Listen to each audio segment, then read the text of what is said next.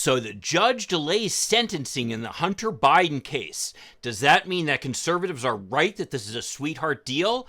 Let's talk about it in today's video.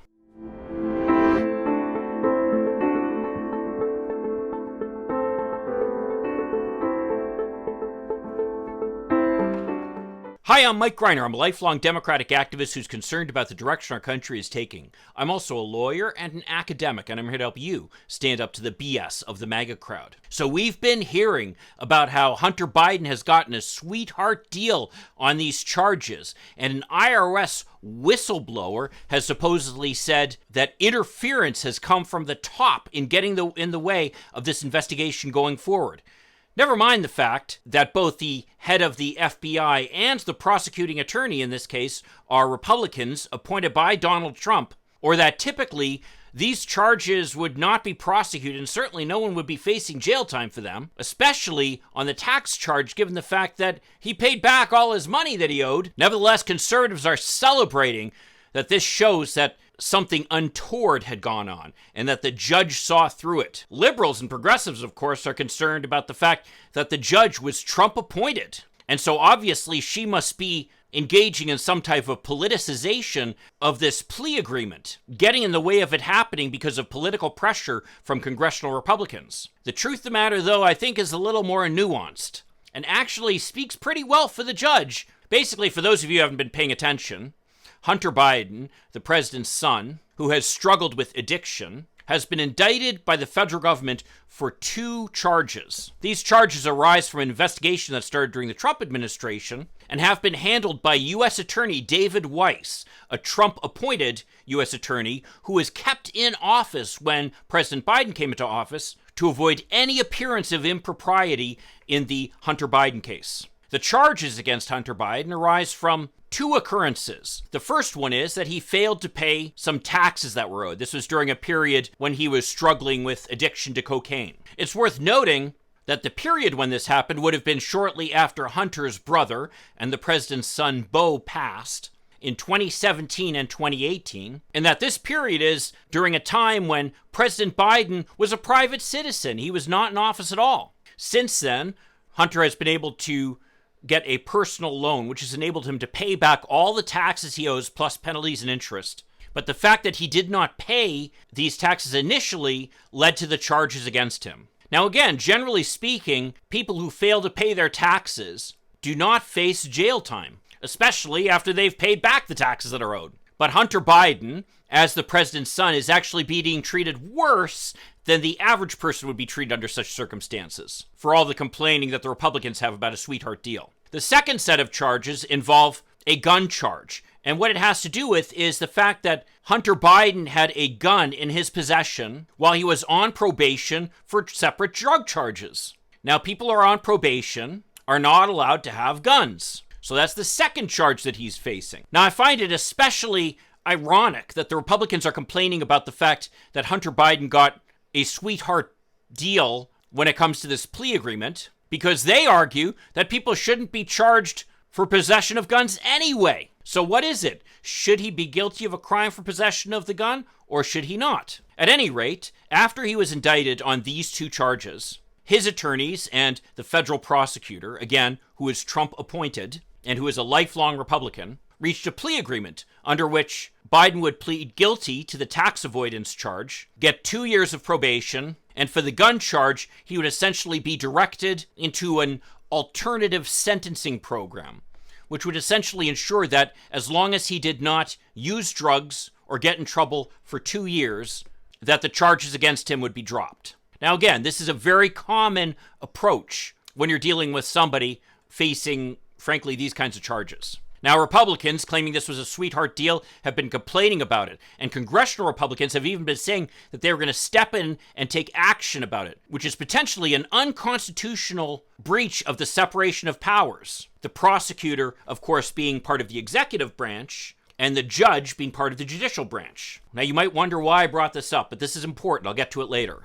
So the plea deal was written up between the 2 parties, and the plan was to present it to the judge, who would, in theory, just sign off on it. Now, and I've seen this happen before, the judge reading the plea agreement had some concerns. And the concerns centered on 2 things. The first one had to do with the language in the paragraph that said that as long as Hunter Biden pled guilty to this charge, he would be protected from future prosecution for other gun charges. Well, the judge found this sentence to be ambiguous. Now, as I described to my students, ambiguous does not mean unclear. Ambiguous means it can be interpreted in two different ways. And the two ways that it can be interpreted were actually expressed by the attorneys both for Hunter Biden and for the prosecutor. In that when the judge asked, well, if other charges come out of this federal investigation against Hunter Biden, would he be immune from them under this plea agreement? Well, to that, the prosecutor said no, and Hunter Biden's attorney said yes.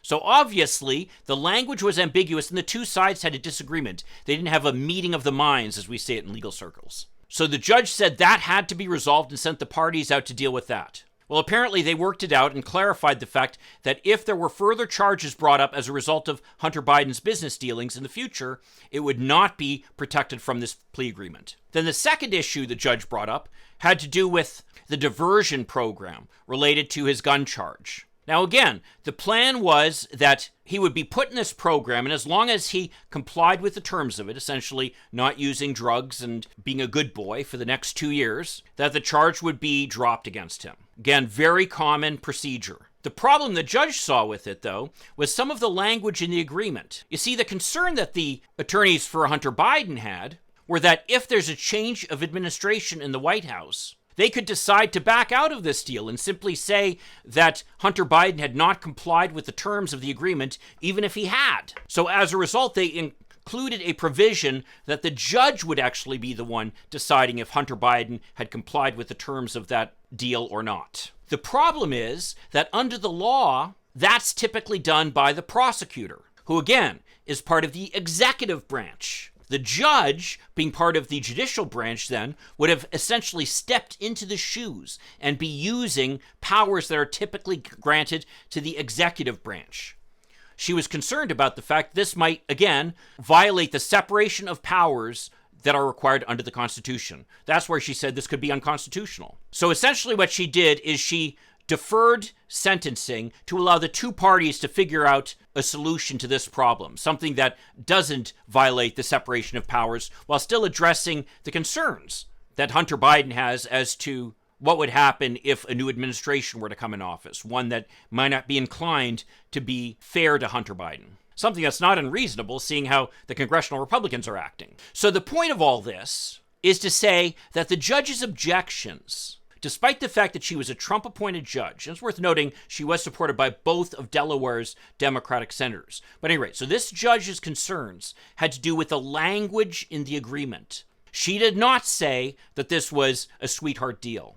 She did not feel that it was unfair for the government to enter into this deal with Hunter Biden. She did not feel that Hunter Biden was getting some kind of special preference as a result of his relationship with the president. It was purely a function of the fact that the language in the agreement was, number one, unclear, and number two, raised issues as to the separation of powers, where she was being given power that should really be reserved to the executive branch.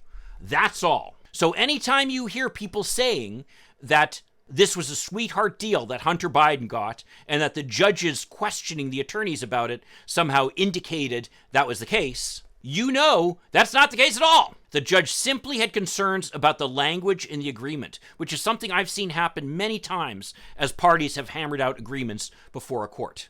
Well, if you want to see another video where I detail more about the status of the charges against Hunter Biden, check out this video over here. I'll see you then. In the meantime, let's hope for continued progress. Thank you.